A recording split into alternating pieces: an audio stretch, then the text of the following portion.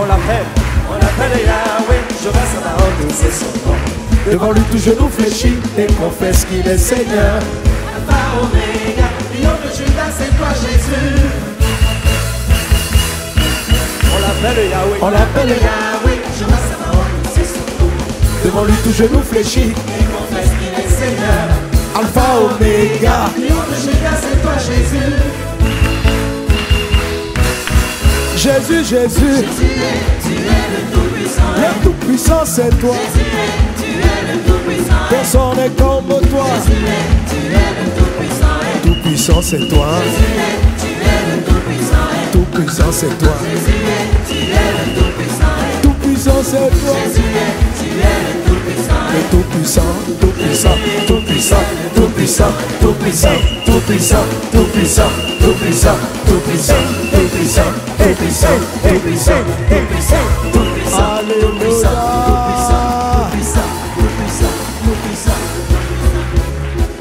Amen. Merci Seigneur Jésus. Alléluia. Nous voulons être reconnaissants au Seigneur pour ce qu'il a fait dans cette ville. Ça a été impressionnant. Amen. Toujours de gloire en gloire. Jésus fait des choses merveilleuses. Vous savez, le premier garçon qu'on a amené, vous voyez souvent quand on n'arrive pas à capter toutes les personnes quand elles arrivent malades. Ce garçon qui est venu avec la bande, il est arrivé, il était courbé comme ça. Voilà, quand on dit qu'il était courbé, en fait, il était comme ça, image comme ça, avec une bosse. La bosse a disparu. L'enfant s'est redressé. Amen. Et devant son oncle, qu'il a vu, l'enfant dit va aller aux toilettes, il dit il n'a pas accompagné l'enfant. Il est marché, il est parti. Jésus l'a guéri.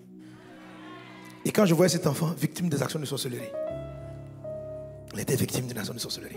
Jésus a brisé les chaînes. Jésus a délivré de nombreuses personnes. Jésus a changé la vie de beaucoup de gens. Amen. Vous voyez, quand on parle d'étoiles qui brillent, voilà, vous savez, des enfants brillants à l'école, ils étaient attaqués, ulcères de brûlis.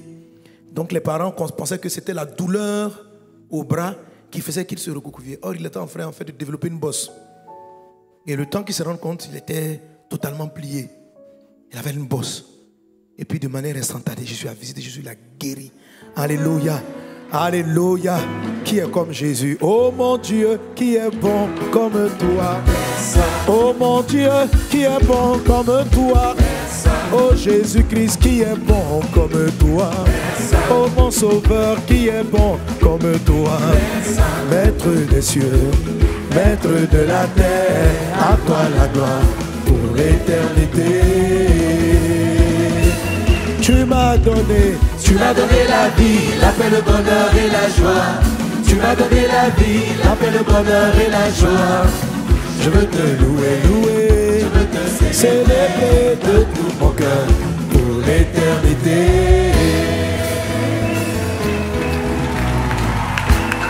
Alléluia. Alors, on va rester debout. Il y a eu des milliers de vies sauvées. À l'appel, vous avez vu l'appel final, comment les gens ont couru pour venir donner leur vie à Jésus. C'était des milliers de personnes à perte de vue. La foule est venue des villages de partout. Jésus, c'est un des hommes qui a l'habitude de faire des rassemblements dans la ville. Il est venu me dire à la fin, il dit, pasteur, quand on dit le mobilisateur à sa cause, c'est moi. En fait, c'est lui-même qui a joué un peu le rôle d'intermédiaire quand on parle au roi. Parce que tu parles pas au roi. Voilà. Et j'ai appris de bonnes choses là-bas qui vont m'aider dans mon message de tout à l'heure. Le roi, quand tu lui amènes une offrande, c'est toi qui dis merci. J'ai vu que ça c'est correct. Parce que c'est le souverain. Tu vois, c'est un peu comme avec Jésus. C'est un privilège pour toi même d'avoir accès au roi pour lui donner. Alléluia. Donc nous sommes honorés. C'est pourquoi nous, on vient faire une offrande à Dieu. Et puis on dit, Seigneur, merci de ce que tu m'as donné l'opportunité d'entrer dans ta maison et de pouvoir t'apporter une semence. Ça, c'est la souveraineté du roi. La reine n'était pas là, mais le chef central a dû la représenter. Et c'est là que Dieu s'est glorifié. Les malades ont été guéris. Le monsieur qu'on a vu après qui est venu à la croisade a marché là-bas. Donc il est venu à la croisade pour bien rendre témoignage de sa guérison totale. Il a jeté la béquille. Mais il n'est pas le seul qui a jeté la béquille. Ils sont nombreux. Les personnes qui ont entendu, le vendredi surtout, c'était un miracle des oreilles.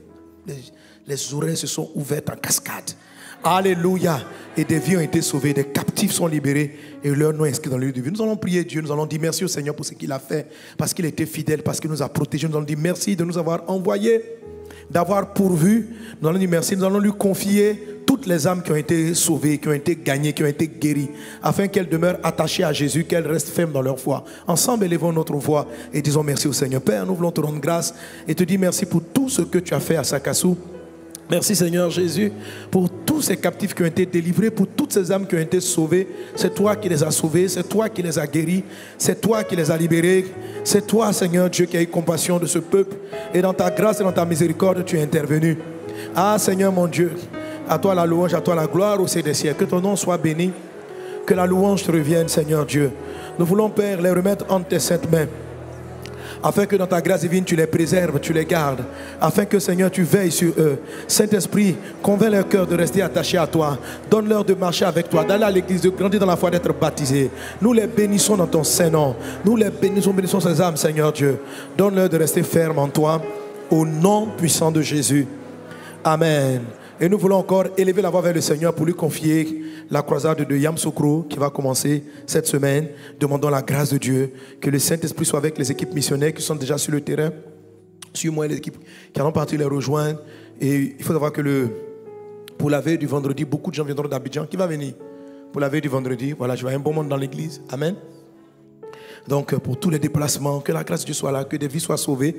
Et la croisade de Yamoussoukro a un projet, une vision nationale. C'est impacter prophétiquement le centre, la capitale, et pour pouvoir ainsi maintenant voir la gloire de Dieu rayonner sur tout le pays. Ensemble, élevons nos voix vers le Seigneur et confions la croisade de la semaine prochaine. Brekata limba katari bababache. Raides glorianda brada soro baralaka. Raides serebara clarianda brada sotar rababush. Prede bradas glorianda brada sarabara la kota rabakenda babache. Seigneur, merci parce que tu règnes. Merci parce que ta grâce puissante est étendue pour le salut, pour la délivrance, pour la guérison. Merci Seigneur pour ce que tu fais. Merci pour Yamoussoukro. Merci parce que tu te sers puissamment de nous. Merci parce que tu gardes nos véhicules qui vont prendre le chemin jusqu'à Yamoussoukro. Merci Seigneur Jésus-Christ pour la croisade. Merci pour toutes ces personnes qui ont été invitées, qui viendront. Merci Seigneur Dieu pour la guérison que tu vas opérer, pour les vies que tu vas changer. Nous sommes simplement des instruments de tes mains. Seigneur, manifeste ta grâce, glorifie ton Saint-Nom. À toi la louange, la gloire, l'exaltation au siècle des siècles, dans le puissant et précieux nom de Jésus. Amen. Gloire à Dieu. Que le nom du Seigneur soit béni. Quelqu'un acclame Jésus. Et nous bénissons le Seigneur pour le moment de la parole que Dieu nous enseigne. Enseigne-nous tes voies, Seigneur. Saisis-toi de moi et parle à nos cœurs. Au nom de Jésus. Amen. On rend grâce à Dieu pour sa sacerdoce royale qui a conduit cette temps d'adoration et de louange. Amen, amen, amen. Que le nom du Seigneur soit béni. Alléluia. Gloire à Dieu. Alors aujourd'hui, on va continuer l'école numéro 8, l'épreuve numéro 8, la 8e des épreuves sur les 10 que nous avons. Amen. Je l'ai intitulé donc depuis le dimanche dernier, du rejet à l'élévation. C'est l'épreuve numéro 8, deuxième numéro 8, ou l'école de l'élévation. Donc l'école de l'élévation, comment quitter le rejet à l'élévation. Aujourd'hui, mon point va toucher un peu le volet du côté du rejet, ce qu'on appelle le rejet. Vous allez voir pourquoi j'ai utilisé ce mot rejet et non pas de l'abaissement à l'élévation. Parce que généralement quand on parle d'élévation, le mot opposé serait plus juste de l'abaissement à l'élévation, mais du rejet, et tu comprendras pourquoi. Parce qu'en fait simplement, mon sous-thème d'aujourd'hui dans cette école de l'élévation, amen, c'est comprendre et vaincre la lèpre spirituelle. Comprendre et vaincre la lèpre spirituelle. Dis avec moi la lèpre spirituelle. Amen. Comment est-ce qu'on peut afficher les thèmes et ce thème? Comprendre et vaincre la lèpre spirituelle. Gloire à Jésus. Amen. Alors ça c'est le message, ça c'est le thème du jour. L'objectif du message, c'est-à-dire qu'est-ce que Dieu veut voir bâtir en toi au sortir de cet enseignement de ce jour, de cette prédication du jour. Dieu veut que tu apprennes à développer ce qu'on va voir comme ce qu'on appelle la prière ou bien les prières d'élévation. Amen. En fait, les manières dont on prie pour élever Jésus. Alléluia. Alors, dans ce qu'on appelle les prières d'élévation, il y a tout ce qu'on appelle donc adoration d'élévation. Donc, par exemple, Jésus, Jésus, Jésus, tu es le plus grand. Voilà. Donc, lorsqu'on fait référence dans un chant d'adoration ou dans des paroles à la grandeur de Dieu au-dessus de tout, on est en mode louange ou célébration d'élévation. Alléluia. On est en train de dire que Dieu est le plus grand. Et ça, c'est important. Dans l'épreuve précédente, on a appris, par exemple, l'adoration et la prière de contemplation. Ce n'est pas la même chose. Amen. La contemplation, c'est de l'admiration. C'est-à-dire, Jésus, tu es beau. Qui est comme toi, mon Seigneur? Tu es merveilleux. Tu es le plus beau dans tous. Et on admire les caractéristiques de Jésus. C'est vrai que les deux peuvent être combinés, mais les deux prières n'ont pas vraiment les mêmes effets. La contemplation te transforme en l'image de Christ de gloire en gloire. Les prières d'élévation sont les prières que tu dois faire lorsque tu as l'impression qu'un problème, qu'une situation est au-dessus de tes forces, de tes moyens et de tes capacités. Est-ce qu'on est ensemble? Quelle que soit la forme du problème, il arrive souvent que des difficultés soient bien au-dessus de tes forces.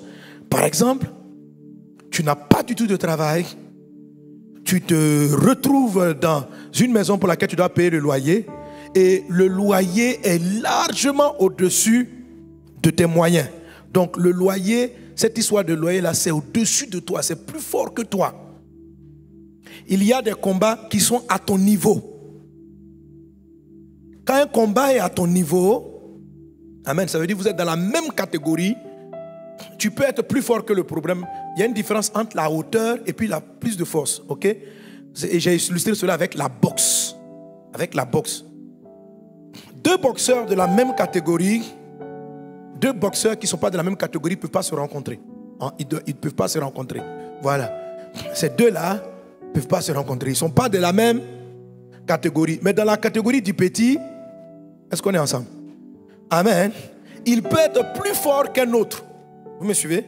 Ou un autre peut être plus fort. Donc, plus fort que quelqu'un, ça ne veut pas dire plus haut que quelqu'un. Amen. Amen. La force est horizontale. On est à un même niveau. La hauteur est quelque chose de supérieur. Alléluia. Même quand quelqu'un est plus faible que toi en termes de force, mais il est élevé au-dessus de toi, il a plus de puissance. Il peut te détruire. C'est pour ça en termes de guerre, celui qui gagne le ciel a gagné la bataille pratiquement. Parce que dès l'instant où tu es en hauteur, tu prends l'ascendant. Ok? C'est-à-dire en force physique, c'est pas sûr que si les Occidentaux et les Africains se rencontrent, on dit coup de poing. C'est pas certains qui s'en sortent. Mais ce qu'ils ont fait, ils ont pris de la hauteur par rapport à l'Afrique. Ils n'ont pas pris plus de force, ils ont pris plus de hauteur. Ils ont eu des inventions qu'ils ont mis au-dessus. Et avec ça, ils contrôlent. Tu es plus fort, tu résistes à plus de virus. Ok, nous on a compris. Ce qui est sûr, on change de catégorie. Parce que si on est dans ta catégorie, tu vas nous frapper. Donc on sort. Toi tu viens avec tes forces, moi je viens avec un fusil. Tu dis quoi? Qui gagne? Est-ce qu'on est ensemble? Est-ce qu'on est ensemble? Alléluia. Alléluia. La hauteur. Dis avec moi l'élévation. Donc, un moyen de Dieu de te donner, de renverser les situations dans ta vie, c'est de t'élever, de te faire monter. Amen.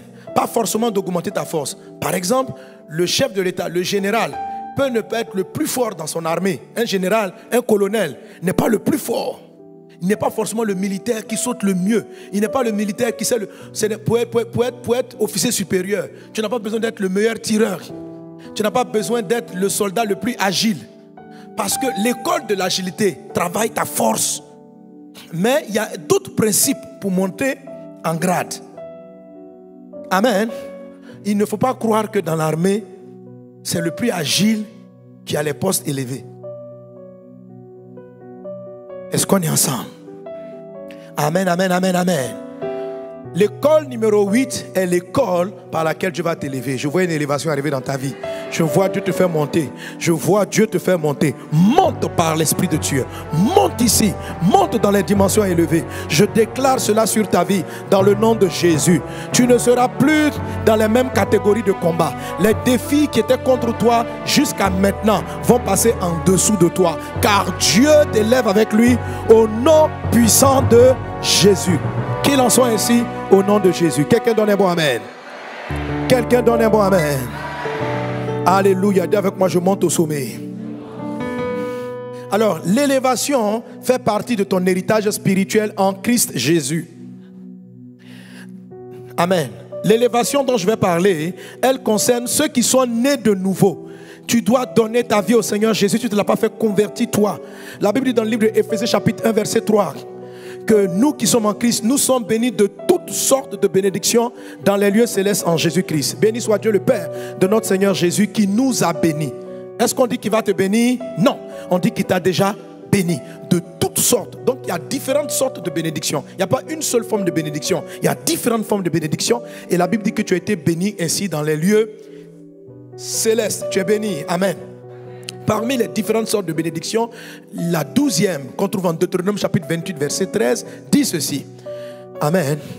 L'Éternel fera de toi la tête. Il est dit, lisons ensemble 1, 2, 3. L'Éternel fera de toi la tête et non la queue.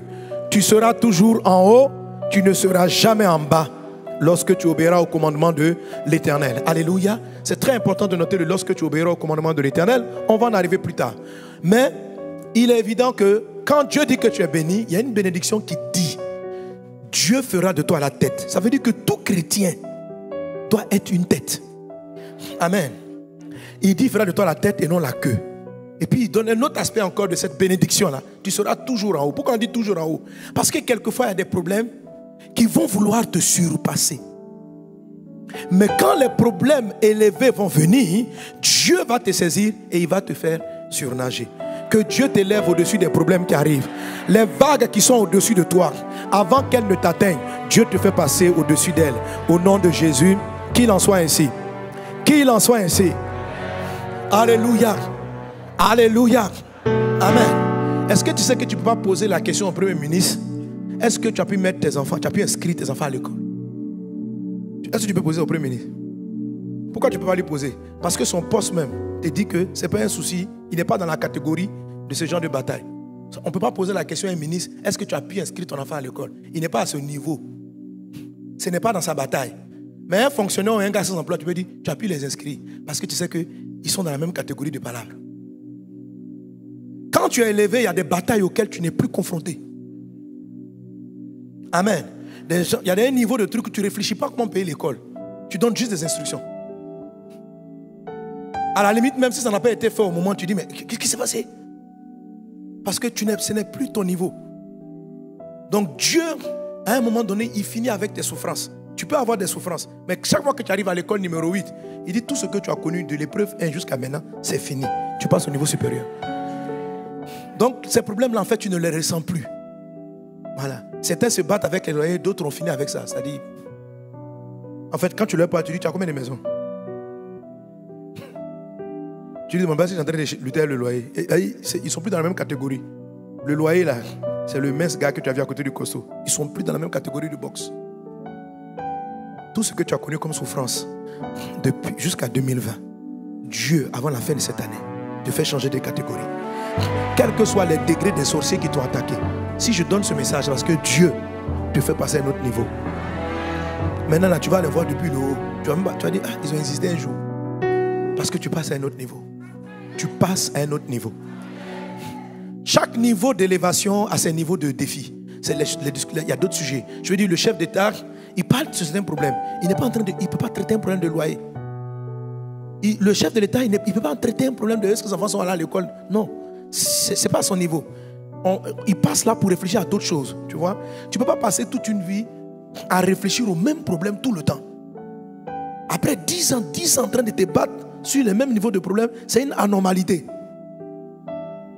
Dieu dit, tu seras toujours en haut. C'est-à-dire, il y a un moment donné, tu vas voir l'adversité arriver, mais il te promet que ce combat-là ne sera plus le tien. Il veut te faire traiter avec d'autres sujets, tu vois. On veut traiter d'autres sujets quand même. Il y a d'autres sujets dans la vie. Il y a d'autres systèmes de réflexion, il y a d'autres niveaux, il y a d'autres débats qu'on mène. Il y a d'autres débats. Dieu veut te faire passer à un autre niveau de débat. Il va te lever. Monte. Dis à ton voisin, monte. Monte. Monte. Alléluia. L'école numéro 8, cette épreuve du désert numéro 8, elle est vraiment merveilleuse, elle est vraiment puissante. Et je sais que tu vas la réussir au nom de Jésus. Alléluia. Elle permet de manifester le règne, de manifester toute l'intelligence que Dieu a déposée en toi. Jésus dit en Matthieu chapitre 5 verset 13, on n'allume pas une lampe pour la mettre sous le boisseau, on la met sur le chandelier. Ça veut dire on n'allume pas une lampe. Ça veut dire quoi? Ça veut dire qu'il existe des lampes allumées mais qui ne sont pas positionnées en hauteur. La lampe allumée, c'est d'abord la lumière du salut. Dieu ne te sauve pas pour que le salut reste entre toi et puis 4 personnes. Dieu te sauve pour que ce qu'il a mis en toi puisse être au-dessus et puis illuminer plusieurs personnes. Il y a des niveaux d'intelligence. Être intelligent, c'est avoir de la lumière. La façon dont Dieu t'a rendu intelligent, il doit te positionner au-dessus. Est-ce qu'on est ensemble? Dieu doit t'élever. Amen. Mais ce que Jésus dit en Matthieu chapitre 5 verset 13, c'est que ce n'est pas automatique. Il dit on n'allume pas une lampe pour la mettre sous le chandelier, pour la mettre sous le boisseau, pardon, mais on la met sous le chandelier. Et puis il dit que votre lumière luise ainsi. C'est un souhait que Dieu a mis. Il dit mon souhait, que votre lumière luise ainsi. Je veux que la lumière que j'ai mise en toi puisse être élevée afin que les hommes voient vos bonnes œuvres et qu'ils glorifient votre Père qui est dans les cieux. Ce qui signifie qu'il arrive que malgré tout, des gens soient allumés, mais ne soient pas assez élevés pour briller. Et c'est une grande injustice qu'on voit sur la terre. Les plus intelligents gardent leur intelligence dans les tiroirs. Ou même quand ils souhaitent les exprimer, ces choses-là ne vont nulle part. Salomon fait sortir cette injustice qu'il voit dans la nature. Et c'est contre elle que Dieu veut que ce message, c'est contre cette injustice-là. Il dit ceci. En Ecclésiaste chapitre 10, verset 5. Ecclésiaste 10, 5. Il dit ceci. On va le lire ensemble. Disons ensemble. 1, 2, 3. Il est un mal que j'ai vu sous le soleil, comme une erreur provenant de celui qui gouverne. Note bien cette phrase, elle est puissante. Ecclésiaste dit, Salomon dit, il y a un mal que j'ai vu sous le soleil, comme une erreur de celui qui gouverne. C'est-à-dire que comme si Dieu avait fait une erreur. Et puis il dit, verset 6, il dit quoi? La folie occupe des postes très élevés et des riches. Alors dans le mot riche, ce n'est pas une affaire d'argent, c'est des brillants, c'est des gens riches en intelligence, des gens riches en sagesse, des gens qui ont les solutions. Et des riches sont assis dans l'abaissement. Salomon le sage dit, il dit il y a un mal. Et je vous assure, c'est un mal d'une ampleur dont vous n'avez aucune idée. La souffrance de la terre vient de ce que des esclaves sont sur des chevaux et des fils de rois marchent. J'ai écouté une fois j'ai un ami qui m'a envoyé une vidéo et j'ai vu la sagesse avec laquelle il donnait des solutions aux problèmes de la Côte d'Ivoire. Je dis waouh! Si on pouvait écouter, mais le truc, on ne peut pas écouter. On ne va pas écouter. Pourquoi on ne va pas écouter? Parce qu'il n'est pas élevé. Il a une lampe qui a été allumée, une sagesse qui a été donnée, mais qui est restée sous un boisseau. Ça ne va servir qu'à 4 de ses camarades et à ceux qui vont prêter le temps d'écouter ce qu'il a dit. C'est un mal. C'est un mal. Une fois, il y a très longtemps, je regardais un documentaire. Les gens montraient un enfant, un jeune homme, tout jeune, quelque part au Congo, je ne sais plus dans quel pays d'Afrique. Il avait fabriqué, sans être allé à l'école, un réacteur d'avion, je ne sais plus, un F quoi là. Il avait fabriqué un réacteur comme ça. En regardant, en observant, il n'y avait pas Internet à cette époque. L'enfant a fabriqué ça. Et les gens étaient tellement surpris. Donc il a pris ça pour faire avancer de petits objets. Mais le système, c'était un réacteur. Et en même temps, dans le journal, on dit, bon, on va lui donner une bourse, il va aller ici. Bon. Après, j'ai plus entendu parler de lui. Je me suis demandé, mais comment une intelligence pareille peut être dans une atmosphère? Vous savez, c'est un peu comme si, que vous voulez ou pas, c'est comme si l'Afrique, dans son ensemble, est sous une chape d'abaissement. Donc, un inventeur ici, si tu inventes ici, et puis si tu es un dangereux inventeur aux États-Unis, vous n'avez pas les mêmes chances de départ. D'office, il sera au sommet et ce qu'il va faire sera plus visible que ce que toi tu fais, même si ce que tu fais est meilleur. C'est pourquoi je dis faites une différence entre la force de frappe et la hauteur. La hauteur a toujours le pouvoir sur le plus fort. Est-ce qu'on est ensemble? Est-ce qu'on est ensemble? Quand vous regardez nos pays, c'est de ça dont il est question. Ça fait mal. Mais il y a des histoires que tu as apprises. C'est-à-dire que tu vois, parmi nous, il y a des gens qui sont des économistes, des gens sages, d'une grande intelligence. S'ils étaient élevés, il y a trop de problèmes qui étaient résolus. Des gens brillants. Mais tu vois la folie qui a occupé les sommets, tu es choqué. On me raconte l'histoire dans certains pays. C'est-à-dire le monsieur, il arrive. Quand on dit la folie est élevée là. Et le gars il comprend rien à rien. Mais c'est lui le boss. La folie.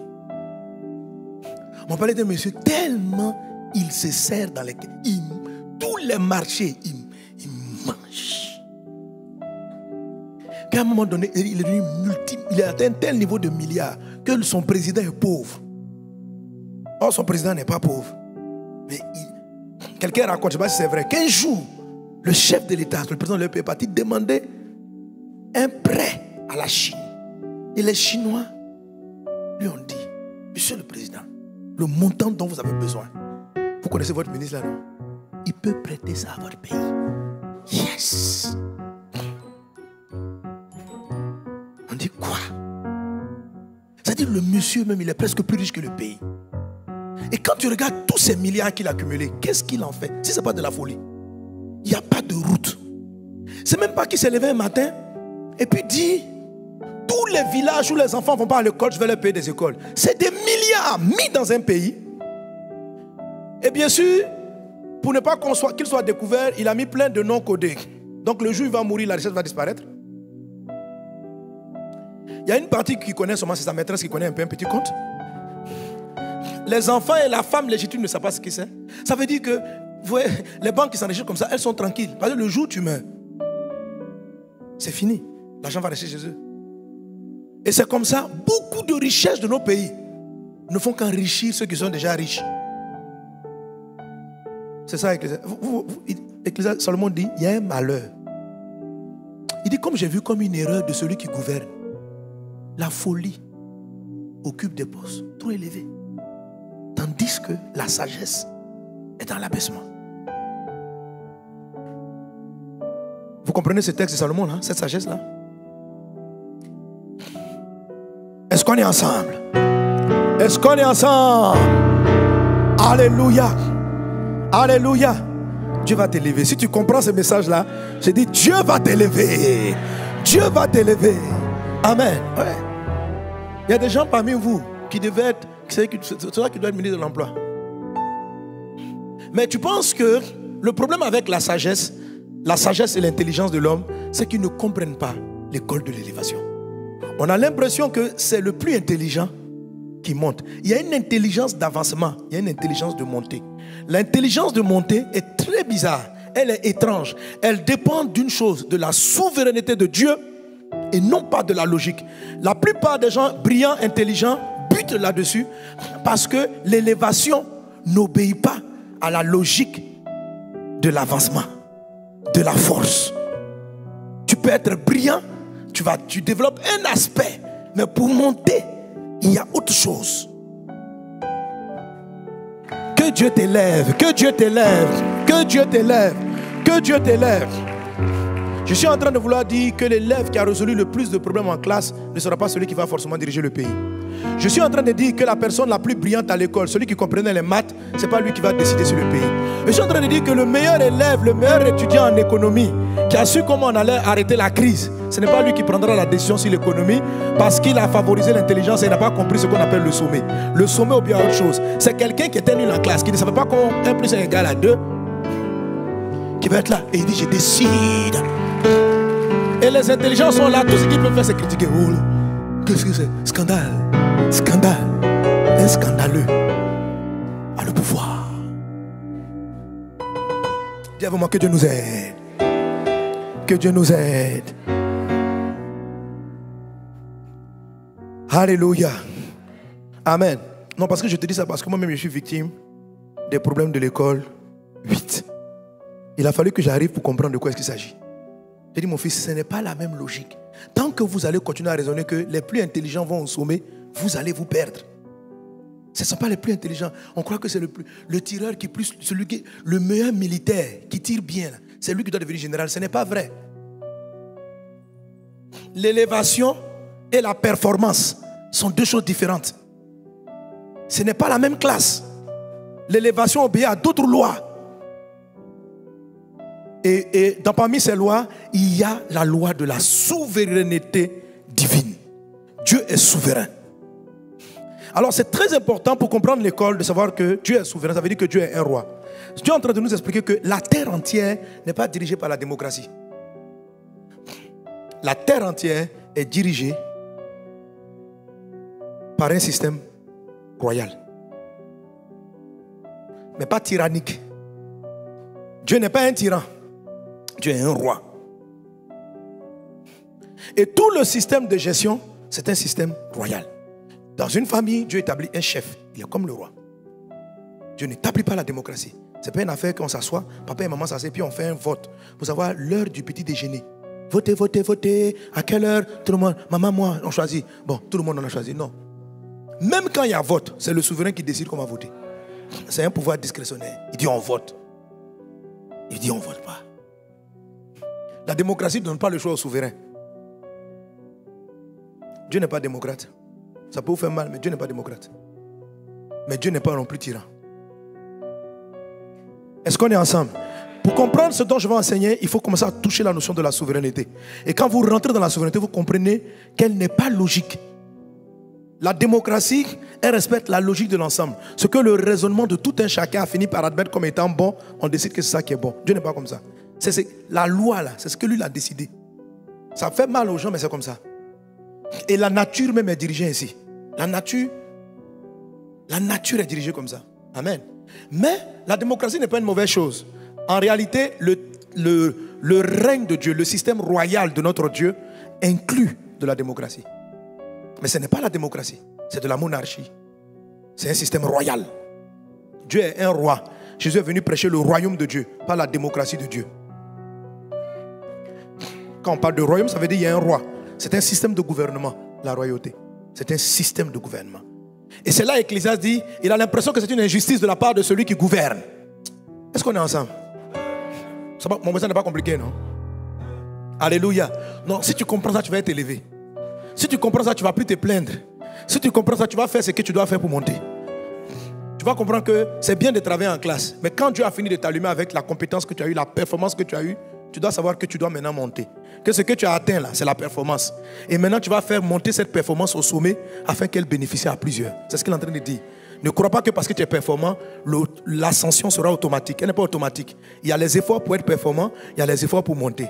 Maintenant, pendant que toi tu faisais les efforts pour être performant, les fous ont fait les efforts de monter. Le temps que tu te rends compte qu'ils sont au sommet, où tu veux dire, tu dis, ce que je vais faire là, je vais t'appliquer. Il dit, je te dis, je te tue, tu montes. Parce qu'il voit que tu es trop dangereux. Tu connais plus que lui. Tu es intelligent plus que lui. Pendant que toi tu allais à l'école, lui il essayait de voir comment monter. Il faisait le salamalek auprès de tous les rois là. DG, toi tu dis jusqu'à PhD. Quand tu reviens, c'est lui qui est directeur de cabinet. Tu dis, frère, tu me connaissais à l'école. Il dit, justement, je te connaissais. Tu étais premier de classe. Si je te fais voir, je perds mon poste. Et puis c'est comme ça. Pendant que toi tu courais, lui il montait. Ecclésiaste dit, non, Salomon, c'est la sagesse. Il dit, la folie est au sommet. Tandis que les riches sont en bas. Parce que depuis que les fous ont pris le pouvoir, il ne veut pas laisser les riches monter. Amen. Et parenthèse, il ne faut pas interpréter, je ne peux pas partir. Hein, parce que vous êtes politiquement politique, s'il vous plaît. Mais écoute mon message, quand tu vas comprendre, je ne suis pas là où... Attends, donc votre esprit est parti quelque part. Je n'ai pas dit ça. Hein. Voilà. On a des chefs d'État, on a des présidents brillants. Amen. Gloire à Dieu. Bon. Mais écoutez la suite du message, parce que tu veux vite te réjouir d'une chose que je n'ai pas dite. Fais attention. Frère, pardonnez-moi, je ne suis pas dans mode politique. Je suis en train de parler du royaume de Dieu. Alléluia.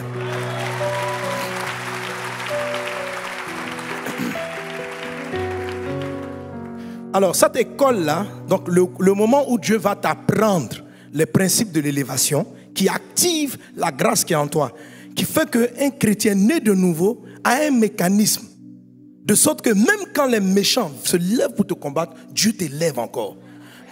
Parce que Dieu sait qu'il y a de la folie. Et il dit, je n'allume pas une lampe pour la mettre en dessous. Quand je t'allume, j'ai prévu le moyen de te faire monter. Dieu est très conscient de types d'adversité qui sont au sommet. Il est très conscient, mais il a prévu un système d'ascension. Alléluia. Et ce système-là, tu dois le comprendre. Tu dois l'appliquer. Alléluia. Il faut le comprendre. Et pour pouvoir comprendre cela, c'est la 8e école donc, de l'épreuve du désert. C'est la 8e épreuve à laquelle les Israélites ont été confrontés. Et on la voit dans le livre de Nombres chapitre 12. En fait, on comprend l'erreur.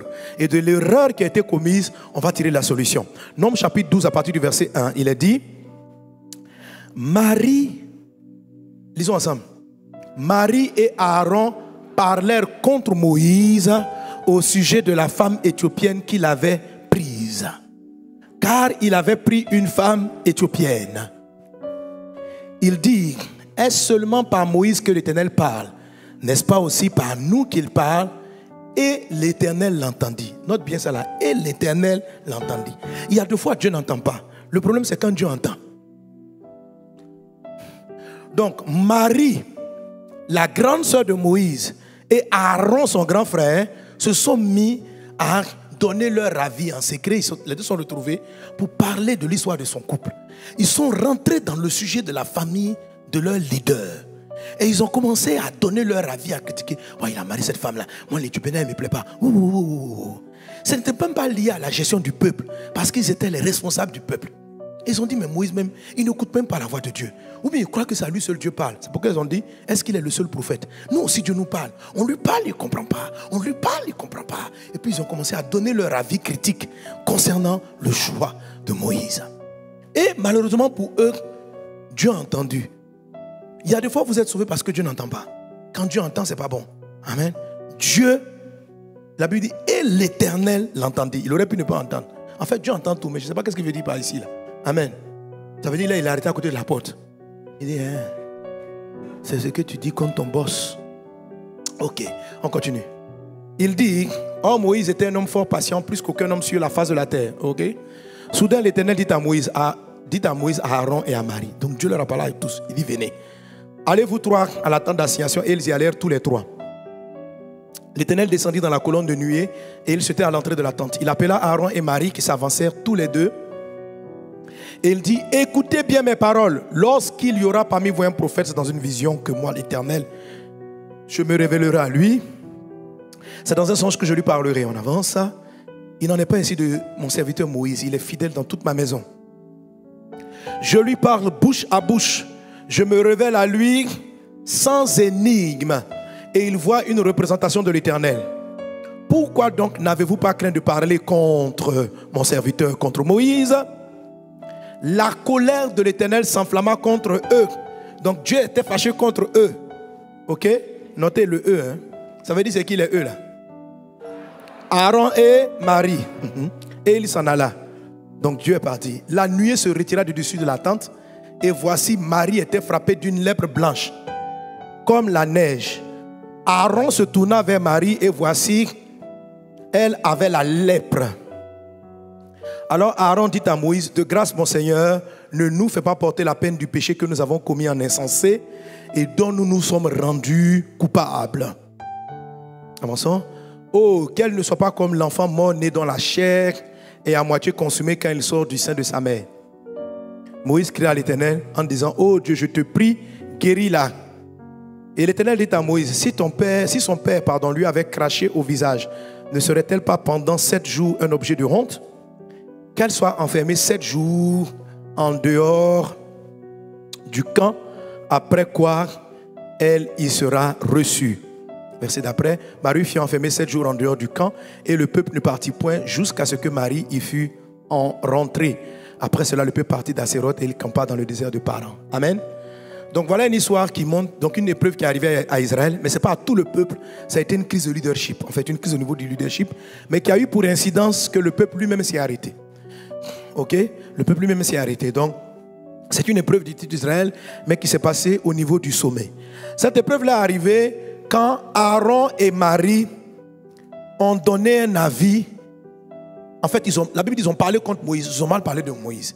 Et Dieu l'a entendu. Et quand Dieu a entendu, la conséquence de ce qui est arrivé à Marie, ça a été la lèpre. Dis avec moi la lèpre.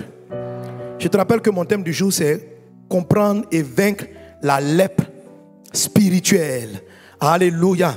Et l'objectif, c'est que tu apprennes à développer la prière d'élévation. Même si je ne vais pas rentrer en détail ce dimanche-ci sur la prière d'élévation, mais tu vas voir que la prière d'élévation est le moyen par lequel on arrive à sortir de cette forme de lèpre et on commence à monter l'ascension. Dans la prière d'élévation, il y a l'adoration. Dans la prière d'élévation, vous avez par exemple, la prière d'élévation, en fait, c'est la prière, c'est toute forme de prière où vous vous abaissez vraiment devant Dieu pour l'élever au-dessus de tout. Le jeûne fait partie de la prière d'élévation. Le vrai jeûne. Le jeûne est un où vous vous humiliez, où vous déchirez votre habit. J'ai compris cela parce que quand le Saint-Esprit, enfin c'est là que Dieu a ouvert mes yeux, il m'a fait comprendre que quand Jésus dit ce type de démon ne parle que par le jeûne et la prière, il est en train de dire ce démon-là, il n'est pas dans la même catégorie que vous. Il est d'une catégorie supérieure. Vous ne pouvez traiter avec cette catégorie que si vous vous humiliez en priant. C'est-à-dire la prière de jeûne ou la prière d'humiliation.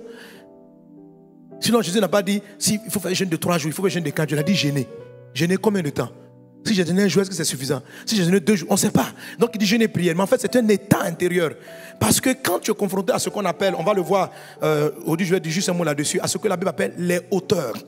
Les hauteurs, c'est des catégories d'esprit qui peuvent être des anges ou des démons déchus ou des anges déchus qui ont un pouvoir et qui gèrent la notion d'élévation et d'abaissement. Ce sont ces esprits-là qui positionnent... Bon, ils positionnent parce que Dieu l'a permis, mais des gens qui doivent pas être positionnés et veillent à l'abaissement de ceux qui doivent monter. Mais dans le nom de Jésus, l'apôtre Paul dit, nous avons le pouvoir de vaincre ces créatures. Amen. Amen. Alors quand je dis c'est une créature, dans le livre de Romains et puis de Corinthiens, l'apôtre Paul en parle. Il dit comme ça, Romains chapitre 8, verset 39. Romains 8, 39, il dit, lisons ensemble, il a dit quoi? Ni la hauteur, ni la profondeur, ni aucune autre créature. Comme si la hauteur et la profondeur étaient des créatures. Vous me suivez? Amen. Ni la hauteur, ni la profondeur, ni aucune autre créature ne pourra nous séparer de l'amour de Dieu. Et le nom hauteur, là, c'est le mot opsoma. Opsoma. Et je l'ai déjà enseigné une fois. 2 Corinthiens chapitre 10, verset 5. L'apôtre Paul dit, 2 Corinthiens 10, 5. Nous renversons les raisonnements et toute hauteur, toujours opsoma, qui s'élève contre la connaissance de Dieu, et nous amenons toute pensée captive à l'obéissance de Christ. Donc il y a ce qu'on appelle la créature des hauteurs. C'est un ensemble de qui vont travailler contre l'élévation des justes, de la lumière, et favoriser l'élévation des ténèbres. Tu dois les renverser. L'apôtre Paul dit, nous renversons les hauteurs. Nous allons les renverser. Mais comment on les renverse? Par la révélation et par la compréhension de la parole de Dieu relative à l'élévation. Amen. Quelqu'un donne un bon amen. Quelqu'un donne un bon amen. Alléluia. Donc, Marie et Aaron ont donné un avis. Dieu ne s'est même pas attardé de savoir si ce qu'ils ont dit là, si c'est juste ou pas juste. Le simple fait seulement qu'ils aient critiqué, qu'ils aient parlé contre leur supérieur de cette manière, je dis bien de cette manière, le fait qu'ils aient parlé contre leur supérieur de cette manière a été la raison pour laquelle Dieu les a frappés de la lèpre. La problématique avec l'élévation des gens intelligents, c'est que quand tu es intelligent, tu vois les failles. Et quand tu vois les failles, il est très fort probable que tu dises quelque chose contre ton supérieur. C'est ce que tu ne dois pas faire. Beaucoup de personnes ne savent pas que la lèpre, vous voyez, la lèpre qui devait frapper Marie était temporaire. Ce n'est pas des lèpres qui sont de longue durée. On te frappe 7 jours et puis après tu rentres. Et le Saint-Esprit a ouvert mes yeux pour montrer que beaucoup de gens ont des blocages dans leur élévation à cause des lèpres. Chaque fois, ils sont là. Oh, comment dirais-je? La femme se lève. Ton mari est ton chef. C'est ça. Donc, toi et ta soeur, ou toi et ta copine, vous vous mirez à donner un avis sur ton mari. Oh, tu sais, le choix de la voiture qu'il a prise là. Moi, je lui dis qu'il ne doit pas prendre telle couleur. Et puis, vous parlez contre lui. Vous êtes heureux si Dieu n'entend pas. Mais si Dieu passait par là et qu'il entend, le texte dit, et Dieu a entendu. Il ne faut pas que Dieu entende. Donc, si avant de parler là, il faut t'assurer. Il faut regarder en haut. Il faut regarder. Tu dis, Dieu n'est pas dans le quartier. Parce que ce que tu fais là, il y a beaucoup de gens qui le font. Mais rien ne leur arrive parce que Dieu n'a pas entendu. Mais le jour où Dieu entend, il y a la lèpre. Et on ne sait pas quand Dieu va entendre. Parce que Dieu, il entend tout. Mais pourquoi? J'aime ça. Et Dieu l'entendit. Je lui dis, mais Dieu, est-ce qu'il y a des choses que tu n'entends pas sur la terre? Il dit, c'est pour te dire que j'ai prêté attention. Est-ce qu'on est ensemble? Est-ce qu'on est ensemble? Tu peux être là tous les jours, tu critiques ton mari. Un jour, tu le critiquas. Et ce jour, Dieu entendit. Et dès cet instant, la lèpre te frappa. Et ce qui est étrange, quand la lèpre frappe, la lèpre même fait un tri. La Bible dit, les deux ont parlé contre Moïse, mais c'est Marie seule qui a eu la lèpre. On a laissé Aaron. Pourquoi? Souveraineté de Dieu. Dieu, ils sont deux coupables. Mais il y a une seule qui a pris la lèpre. Pourquoi Aaron n'a pas été touché? Nul ne sait. Il n'a pas de compte à rendre à quelqu'un.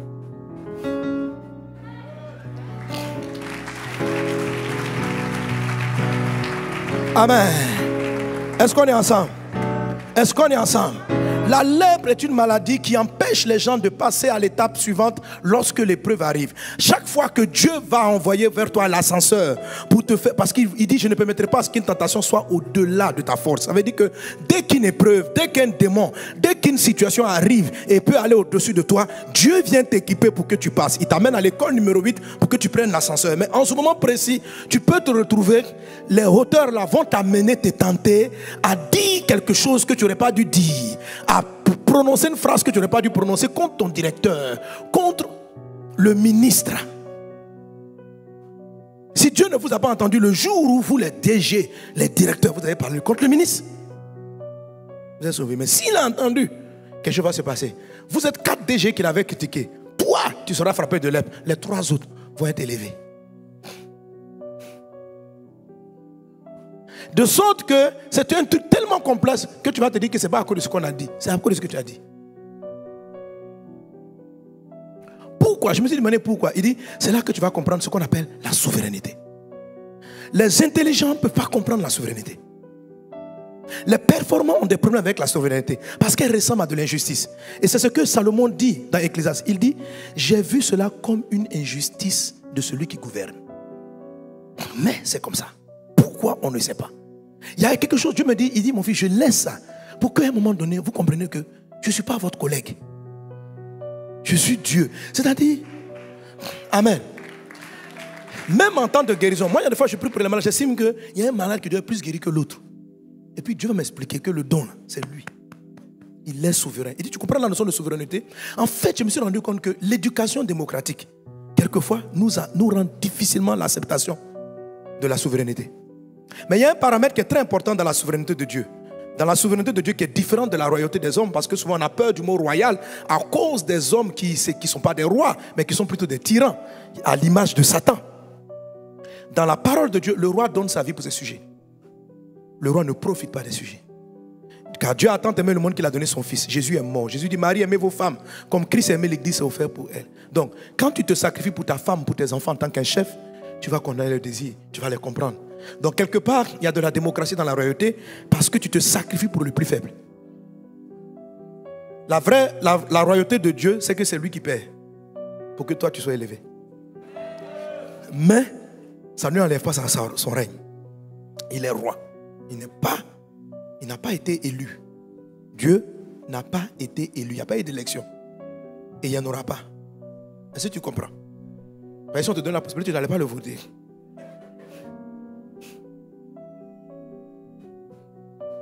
Alléluia. Un jour, je voulais être le chef de la cellule de prière de mon école. J'avais les programmes spirituels. Et il y a un autre étudiant chrétien qui est arrivé d'une autre ville. Il venait de Boaco, d'Yamsokro, je ne sais plus. Dans nos statuts, il pouvait se présenter, même la première année de son arrivée. Et moi, tout le monde me connaissait. Logiquement, je devais passer le responsable de la cellule. Et on devait présenter, chacun devait présenter son programme. Donc j'arrive devant. Il disait, moi, nous évangélisons toute l'école. Les âmes seront gagnées. Je parlais de Dieu. Lui, il est venu, qu'il a pris le micro. Votez-moi. Nous allons nous amuser, regardez, on va faire bal ici, on va faire sortie ici, on va faire truc. Ce jour-là, j'avais évangélisé beaucoup de gens. Donc il y avait plein de nouveaux convertis. Ils ne sont même pas convertis. Et puis c'était dans l'église. Donc ils ont entendu tous les anciens chrétiens zélés là. Ils ont voté pour moi. Mais en fait, on avait un vote bizarre. Tous ceux qui étaient dans la salle pouvaient voter.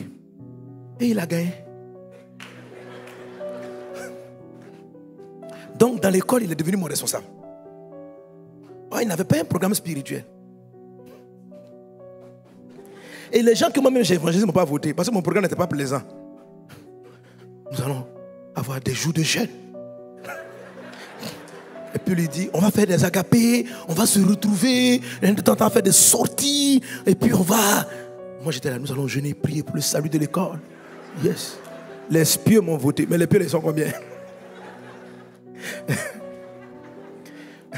J'étais au lycée.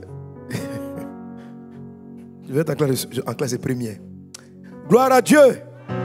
Que Dieu t'élève au nom de Jésus. Que Dieu t'élève au nom de Jésus. Amen. Malheureusement, la lèpre, et quand j'ai lu ce passage, la lèpre m'a souvent atteint. Le Seigneur me dit, chaque fois que j'ai voulu t'élever, tu as vu que tu étais bloqué, c'est la lèpre. Chaque fois que j'ai voulu te positionner, tu as vu qu'à un moment donné, les problèmes financiers étaient au-dessus de toi, c'est la lèpre. Chaque fois que j'ai voulu que ta voix aille plus loin et que tu n'es pas allé, c'est la lèpre. La lèpre te paralyse pendant un temps. Et à force d'avoir beaucoup de lèpre qui te frappent avant que tu reviennes dans le peuple, comme c'était le cas de Marie, tu prends beaucoup de retard. Plusieurs ont été frappés de la lèpre dans leur foyer, dans leur maison, dans leur gestion. La lèpre, la lèpre. La lèpre spirituelle est vaincue dans le nom de Jésus. Et cette histoire de Marie et de Aaron est tellement importante que Dieu nous met en garde contre la lèpre. Deutéronome chapitre 24 verset 8. Je parle de la lèpre spirituelle. Deutéronome 24 verset 8. Il dit ceci. On lit ensemble. Deutéronome 24 verset 8. On peut l'afficher. Lisons ensemble. 1, 2, 3. Prends garde à la plaie de la lèpre. Je reprends. Ça veut dire quoi? Fais attention à la plaie de la lèpre. Méfie-toi de la plaie de la lèpre. Analyse la plaie de la lèpre. Fais attention lorsqu'elle est présente. Observe-la. Il dit donc, prends garde à la plaie de la lèpre, virgule, afin de bien observer et de faire tout ce que vous enseigneront les sacrificateurs et les lévites. Vous aurez soin d'agir d'après les ordres que je leur ai donnés. Souviens-toi de ce que l'Éternel... Verset 9.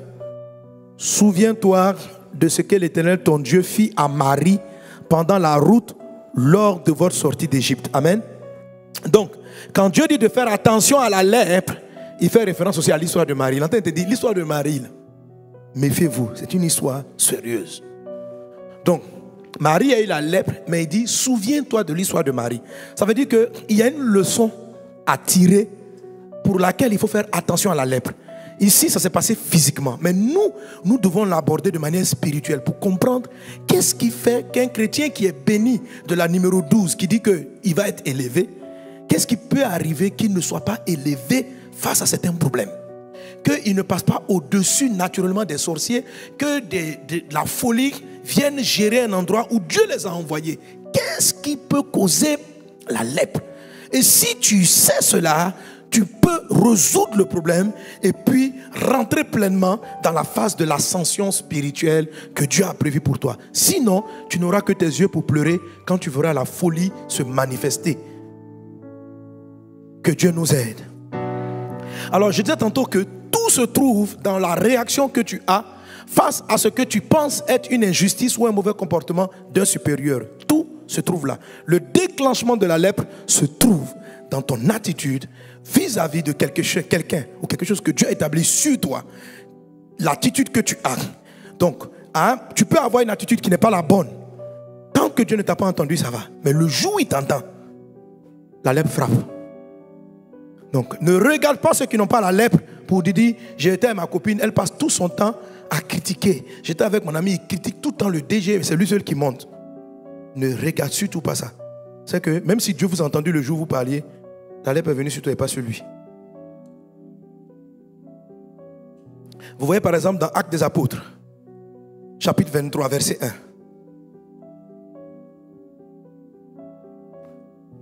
Regardez cette histoire, regardez ça. Parce que les apôtres de Dieu avaient compris ce phénomène. Pour que leur message puisse toucher le monde entier, ils devaient comprendre que tout ce qui relève de l'élévation, je veux que vous compreniez, tout ce qui relève de l'élévation est fait partie du choix discrétionnaire de Dieu. Comment Dieu choisit, nous ignorons et il n'a pas de compte à nous rendre. Mais dès l'instant où quelqu'un est placé à un poste élevé, Dieu attend de nous une attitude précise. Pas un jugement, une attitude précise. Voilà ce qui s'est passé. Regardez par exemple l'apôtre Paul. Les apôtres comprenaient ça. La Bible dit, verset 1, Paul les regarda, les regards fixés sur le Sanhédrin, dit, homme frère, c'est en toute bonne conscience que je me suis conduit jusqu'à ce jour devant Dieu. Verset 2, lisons ensemble. Le souverain sacrificateur Ananias ordonna à ceux qui étaient près de lui de le frapper sur la bouche. Alors Paul lui dit, Dieu te frappera, muraille blanchie. Tu es assis pour me juger selon la loi et tu violes la loi en ordonnant qu'on me frappe. Ceux qui étaient près de lui disent, tu insultes le souverain sacrificateur de Dieu. Regardez ça, vous comprenez?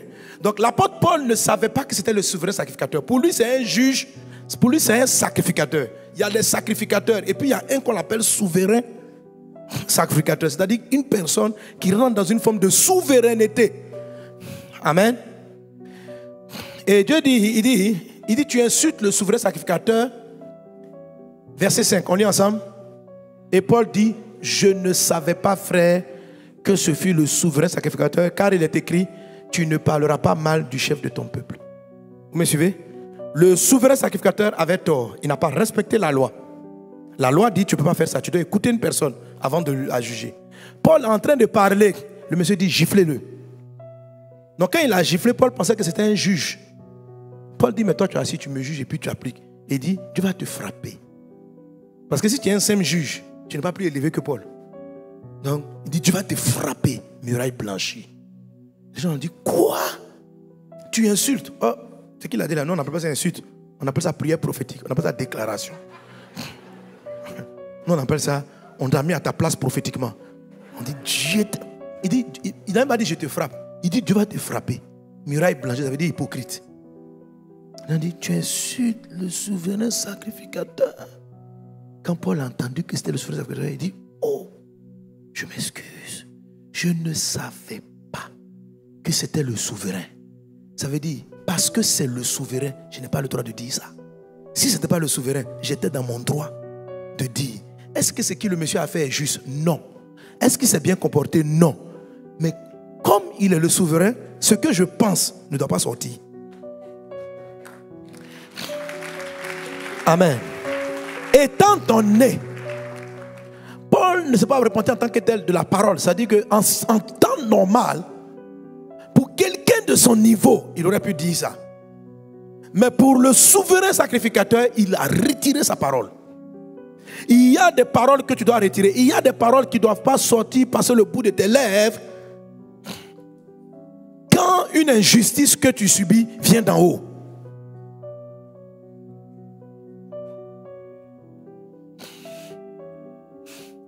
Et même si, parce que dans le cas de Moïse, on ne sait même pas si c'était une injustice, mais Dieu dit, même si c'est juste, que ce soit juste ou injuste. Et vous voyez, c'est ce qui choque l'intelligence des gens performants et intelligents. C'est-à-dire que c'est trop difficile à comprendre. Donc comme on ne peut pas l'admettre, on n'arrive pas à prendre l'ascenseur. On se dit que la justice va régner. Mais les années passent. Et tu vois que la justice n'arrive pas. Parce qu'en fait, tu n'as pas pris l'ascenseur parce que Dieu estime que c'est une injustice, mais il doit te faire monter. Pour que tu puisses parler sur celui qui est en dessous de toi. Or, tu ne respectes pas ce qui fait monter. Parce que tu raisonnes toujours en termes d'intelligence performante et tu ne comprends pas qu'il y a un truc qu'on appelle ascenseur spirituel. Quand il y a une injustice, ta bénédiction numéro 12 dit, Dieu va faire de toi la tête. Tu seras toujours en haut, tu ne seras jamais en bas. Ne laissons pas l'injustice. Mais comment nous allons laisser l'injustice? En agissant mal. La réaction que nous prenons est totalement logique. Elle est intelligente selon la sagesse des hommes, mais pas dans la sagesse de l'élévation de la souveraineté. Tu dois corriger. Il y a une autre école qui manque à ton catalogue. Et cette école absente te crée des problèmes. La lèpre vient gangréner tes finances, ta vie, ton travail, ton avancée, ta promotion. La Bible dit de faire attention. Alors comment on fait attention à la lèpre? Comment savoir qu'elle est présente? Lévitique chapitre 13, verset 45. Voilà la lèpre, comment on devait l'observer, ce qui devait se passer. Lisons ensemble. Chaque phrase ici, chaque mot rattaché au lépreux a un sens spirituel. Lévitique 13, 45 dit quoi? Le lépreux atteint de la plaie portera ses vêtements déchirés. Ok. Ça veut dire quoi? Ça, c'est la condamnation d'un lépreux. Quand Dieu te frappe de lèpre, il y a un jugement de lèpre, on déchire ton habit. Ça a un sens spirituel. Avoir un habit déchiré. Et tu vas sentir les effets d'habits déchirés dans ta vie. Il dit, il portera ses vêtements déchirés. Le lépreux aura quoi? La tête nue. Il se couvrira la barbe. Il criera impur, impur.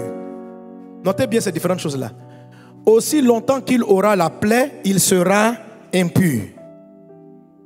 Il est impur. Il habitera, sa demeure sera hors du. Il habitera seul, sa demeure sera hors du camp. Amen. Est-ce qu'on est ensemble? Est-ce qu'on est ensemble? Alléluia. Ça fait combien de caractéristiques? À peu près 6. Amen. Vêtements déchirés. Tête, vêtements déchirés 1. Tête nue 2. Barbe couverte 3. Le cri impur 4. Habiter seul 5. Demeurer hors de la ville 6. Voici 6 signes qui te montrent. Quand ces choses-là sont dans ta vie, il faut savoir que tu es dans une période de manque de faveur. Et corrige-la assez tôt pour pouvoir reprendre le chemin de ton ascension. Alléluia. Et c'est là que va intervenir aussi donc les prières d'élévation. Alors, qu'est-ce que ces choses-là signifient? Tout ça, c'est l'Ancien Testament, donc c'est l'ombre des choses à venir. Le corps est en Christ, donc on doit faire des parallèles. Le vêtement déchiré. La Bible dit que quand quelqu'un est frappé de lèpre, son habit doit être déchiré. Un habit déchiré, c'est une forme d'humiliation dans une fonction. Chaque fonction a un type de vêtement spirituel qui lui sied. Amen. Est-ce qu'on est ensemble? Un vêtement spirituel fait que tu es considéré comme ce que tu dois être. Si quelqu'un est en habit de sport, on va dire qu'en ce moment il fait du sport. Voilà. Si tu déchires cet habit, ça veut dire qu'il ne peut plus fonctionner correctement. Il y a des habits de mariés, il y a des habits de chef. Quand la lèpre te frappe, tu vas te rendre compte qu'à un moment donné, dans un domaine sur lequel tu es établi, tu dois exercer ta fonction. En tant que, par exemple, épouse, si on te frappe de lèpre, parce que tu t'es retrouvé un matin en train de critiquer ton conjoint, ou bien une autorité établie, ou ton père, on vient puis on déchire l'habit. Donc pendant une période d'environ 7 jours dans la parole de Dieu, c'est un cycle. Il faut faire attention. Amen. D'environ 7 jours, tu ne vas plus pouvoir fonctionner dans ta fonction. C'est-à-dire que tu es comme handicapé. La maman parle, les enfants ne l'écoutent pas. Ton habit de maman a été déchiré. Tu as le titre, mais tu n'arrives plus à fonctionner. Imaginez, comme vous voyez un ministre, il doit s'habiller en costume pour aller au travail. Si le ministre arrive en pyjama au travail, qui va l'écouter? Est-ce que le pyjama, c'est ce qui enlève son poste de ministre? Mais le travail ne correspond pas avec un pyjama. S'il arrive en pyjama parce qu'il est fou, on ne va pas l'écouter. Parce que dès qu'il va commencer la réunion, écoutez mes amis, nous devons, et puis vous voyez, il y a un groupe pyjama, puis il avait un oreiller ici, le chef le ministre, avec les pantoufles. Je suis venu prendre une décision importante. Demain, donc pendant tout le temps que tu es en train de parler des décisions stratégiques du pays, les gens sont là. Et c'est sa maman, ses parents, vous êtes au courant, pardon. Passe un coup de fil au chef de l'État pour dire que notre gars là, ça ne va pas. Oh, il peut être en train de dire les choses les plus intelligentes du monde. Qu'il a dormi, il a fait un rêve. On lui a donné la solution à son ministère. Et il vient vous parler. Mais sauf qu'il est en pyjama. Ou bien il a mis un t-shirt, short de football avec les magres de football. Il arrive, je vais vous expliquer la stratégie du changement. Son habit est déchiré. L'habit déchiré fait que tu ne peux pas fonctionner. Ce n'est pas lié à ton poste. On n'a pas dit on a enlevé ton poste. Mais dans ton poste, tu ne vas pas marcher. Un papa qui a un habit déchiré de papa, c'est comme si auprès de ses enfants, il n'est pas papa. Il appelle papa, mais il n'écoute pas ce qu'il dit. Sa voix ne porte pas. Quand papa parle, c'est comme une plaisanterie. Une maman dont l'habit a été déchiré, quand elle conseille, ça ne passe pas. Tu dis à tes nounous, balaye la maison. Elle balaye et puis elle met les saletés quelque part. Tu dis, mais qu'est-ce que je veux? En fait, tu as l'impression que toute ton autorité est bafouée. On ne dit pas que tu n'as plus le poste, mais on ne te considère pas ta voix. Ton habit est déchiré. Quand tu remarques que l'habit est déchiré, faut te rappeler les jours qui ont précédé. La vie que tu as donnée à quelqu'un. Tu peux diriger une entreprise avec un habit déchiré. Et pendant ce temps, les choses n'avancent pas. Que Dieu te donne un nouveau vêtement dans le nom de Jésus. Donc la Bible dit le lépreux devait avoir les habits déchirés. Deuxième chose, le lépreux devait avoir quoi? La tête nue. Amen. Le lépreux, ses vêtements déchirés et aura la tête nue. Alors, la tête couverte ou la tête nue, on va la retrouver dans le livre de 1 Corinthiens chapitre 11. Et il est dit que l'homme doit avoir sur lui la marque de l'autorité dont il dépend. Il est dit que si une femme prie la tête non couverte, c'est comme si elle avait la tête nue, etc. En fait, la tête, ça parle de l'autorité. Mais la tête aussi fait référence à tout ce qui est organe de la tête. C'est-à-dire la vision, l'ouïe, l'odorat spirituel. Est-ce qu'on est ensemble? Est-ce qu'on est ensemble? Donc, avoir la tête nue. Et notez bien cela parce que ça va m'aider la prochaine fois. Amen. Notez bien ces choses. Sur la tête, il y a ce qu'on appelle la marque de l'autorité. Il y a ce qu'on appelle la marque de l'autorité. Quand tu veux intervenir contre quelqu'un qui a été élevé, il y a une manière de faire. Il faut tout le temps marquer l'autorité. Pas du contre, mais quand Dieu veut te donner d'apporter un plus, il y a une façon de faire. Et cela est marqué par la marque d'autorité. Si tu ne respectes pas le protocole de l'autorité, la Bible dit, on va le lire le passage quand on va le traiter, ce qu'on appelle les marques d'autorité. Quand tu ne respectes pas ça, il y a un problème. La Bible dit, dans le livre de Corinthiens, la femme qui prie la tête non voilée déshonore son chef. Et puis il dit, elle doit le faire à cause des anges qui sont présents. Donc il y a des êtres spirituels qui s'assurent que les marques d'autorité sont respectées. Il y a des marques, c'est qu'on appelle une marque d'autorité. Quand par exemple la direction des ressources halieutiques va écrire un document, vous allez voir toujours qu'elle va marquer les marques d'autorité. Elle va dire ministère de la pêche et de l'agriculture par exemple. Et puis direction. Donc la marque qui est en haut là, il marque toujours de qui on dépend. Chaque fois que vous rentrez dans une administration, il y a une marque d'autorité. On te met la photo du chef de l'État. Pour que quand tu rentres là, tu comprennes que celui qui est dans le bureau n'est pas le vrai chef. Il dépend de quelqu'un. Ce qu'on appelle les marques d'autorité. Est-ce qu'on est ensemble? Donc c'est une chose, c'est juste une marque. Hein? Quelle est la photo du chef de l'État ou pas? Ça ne veut pas dire que tu ne l'aimes pas. Mais que tu l'aimes ou que tu ne l'aimes pas. Le président peut t'élever simplement parce qu'il est arrivé. Toi, tu as fait sa photo en grand, plus que tous les autres. Et puis il arrive. Oh, tu es son ennemi. Et puis quand il arrive, il voit ça. Yes. Je te nommerai. Maintenant, il peut avoir son plus fidèle serviteur qui, lui, a pris une petite photo d'elle, il a mis la photo sur son fauteuil. Ce simple fait-là, même s'il est loyal, peut faire qu'on ne va pas le faire monter. Quand vous allez lire 1 Corinthiens 11, vous allez voir que le monde d'élévation, les hauteurs, ça se juge sur du détail. C'est pourquoi l'intelligent ne comprend pas les détails. Ça se juge sur du détail. Mais c'est comme ça, mon ami. Amen. On peut te disqualifier dans la manière dont tu salues le chef président, le président. C'est tout. Tu viens, tu le salues. Et puis tu es là. Parce que c'est ton pote. C'est fini. Oh, même tu le respectes. C'est juste que c'est un homme. Tu veux lui montrer aux gens que il se joue, il est le chef. Mais quand même, c'est un homme. Non. Ça s'appelle une marque. C'est des détails comme ça. Hein. C'est ce qui fait que les intelligents ne comprennent pas.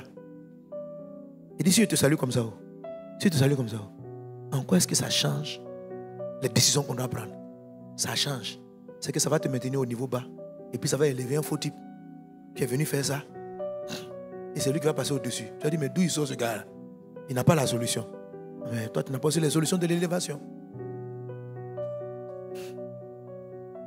Est-ce qu'on est ensemble?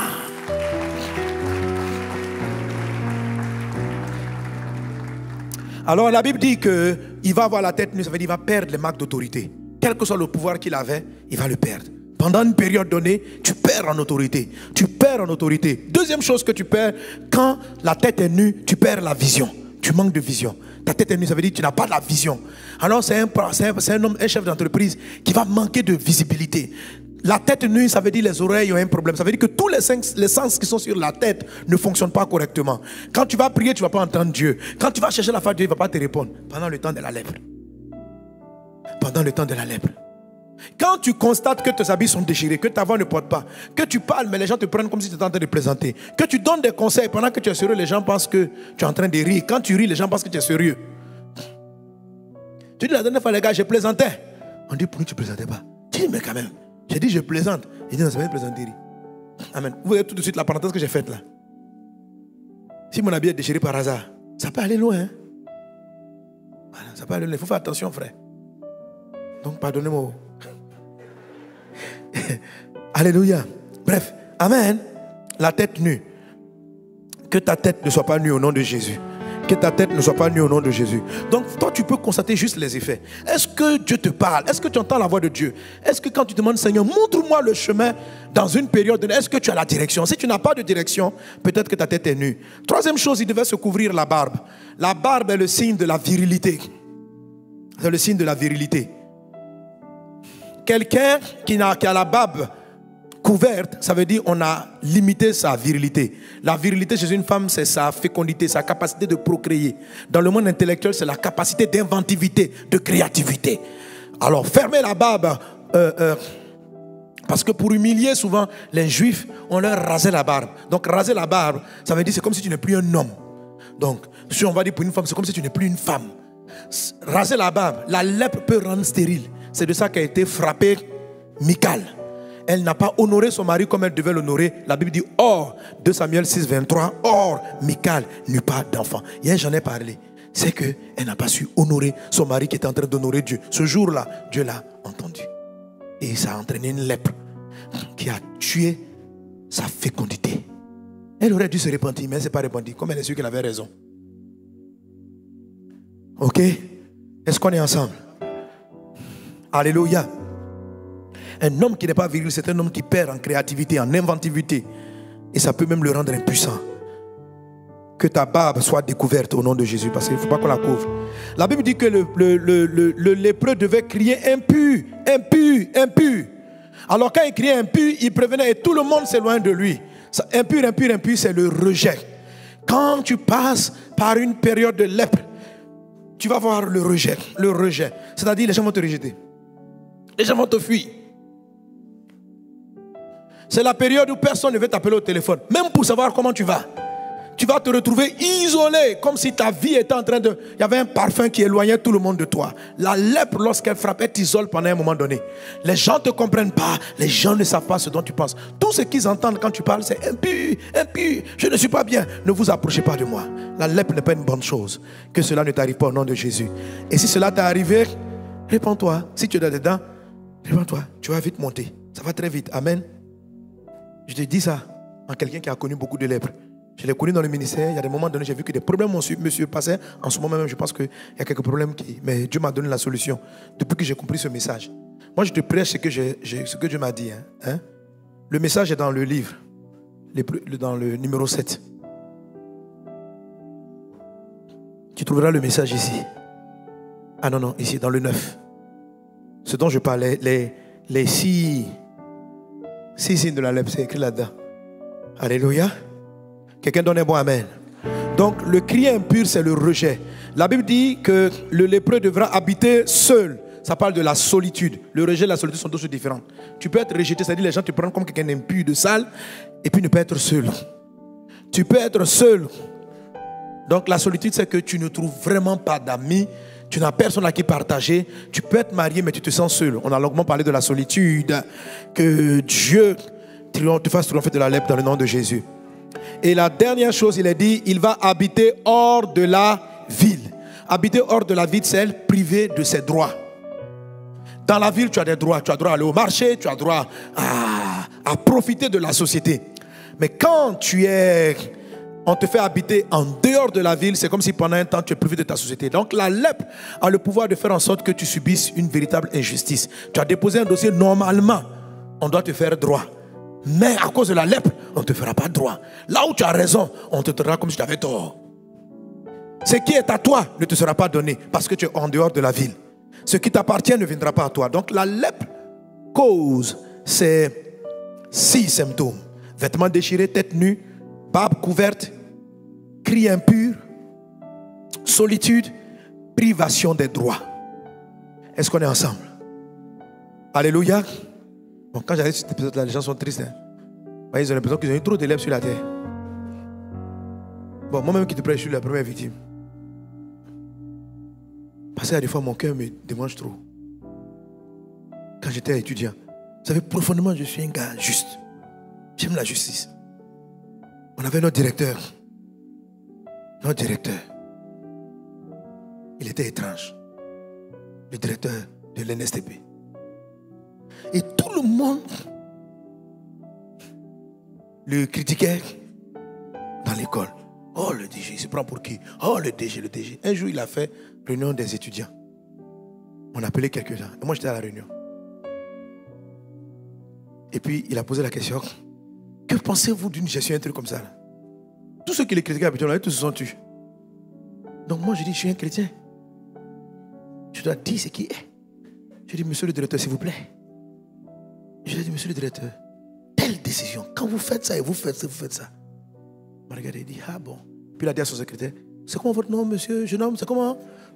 Mohamed Sanogo. Notez-le. Yes, c'est bien. Ah, frère.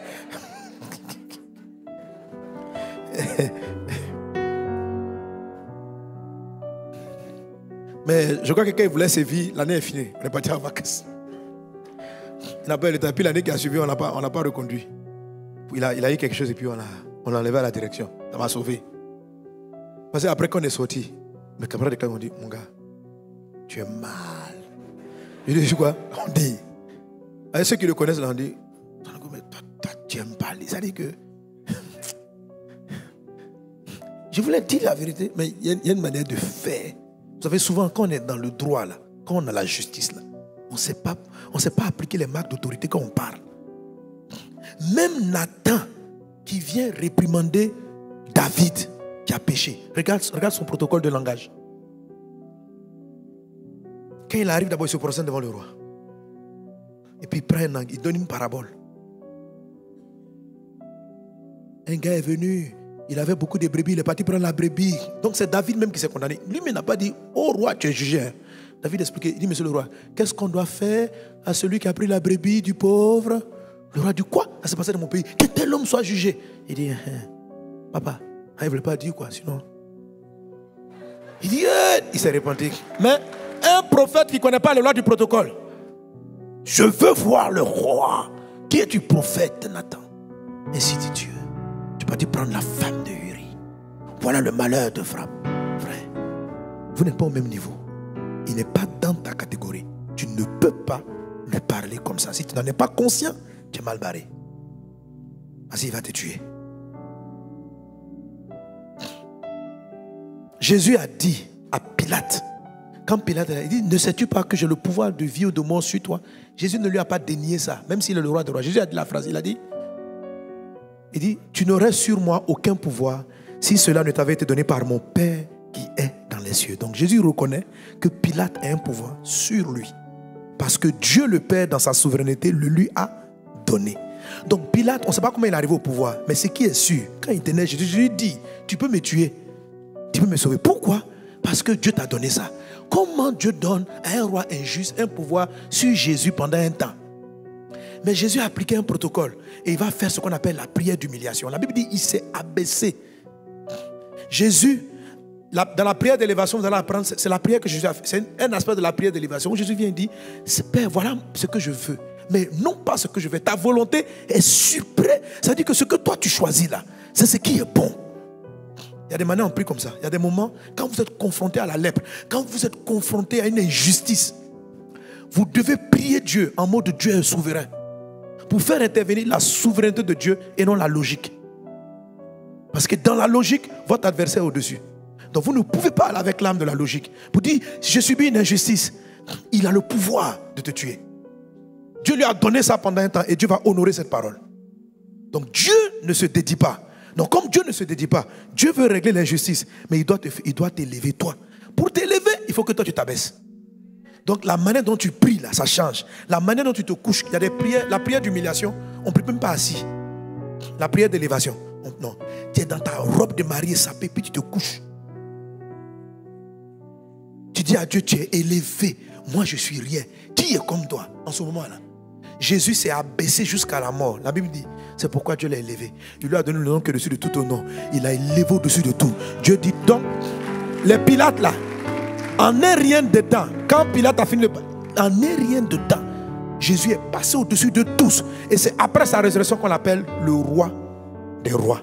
Avant sa résurrection, on dit où est le roi des Juifs? Il était un roi parmi les rois. Après, il est le roi des rois. Donc maintenant là, il est au-dessus de tout.